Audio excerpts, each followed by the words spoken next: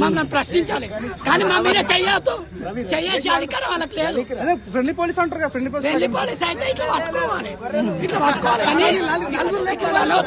కానీ friendly police అంటే గుర్తు పెట్టుకోవాలి. నా తమ్ముడు అన్నాడు కానీ ఫ్రెండ్లీ పోలీసు మా ప్రజాప్రభుత్వం అంటే ప్రతి ఒక్క వర్గాన్ని పట్టించుకోవాలి.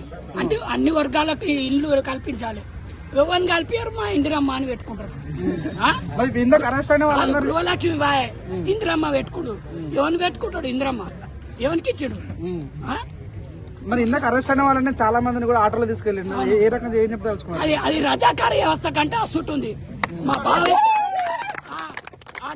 నిజం అన్న జర నయం గానీ వీళ్ళు ఇంకా నిరంకుశంగా పరిపాలించారు.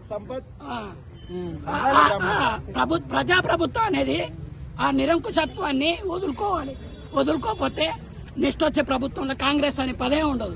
మీరే వద్దంటే ఉద్యోగాలు చాలా బాబు అని మీరే అంటారు. మాకెందుకు వద్దానా? మాకు గడ్డమై పిల్లలు లేరు, జాబు లేక వాడిస్తలేడు. మేమెందుకు అంటాం? వాళ్ళు తప్పించుకోనికే కాలం గడపనికే అట్లా ప్రకటిస్తున్నారు. అది మానుకోవాలి. వాళ్ళకి జాబ్ లేసి పైసలు ఇచ్చి నడపాలనే లేదు వాళ్ళకి. అది ఉంటే ఇట్లా చెప్పారు.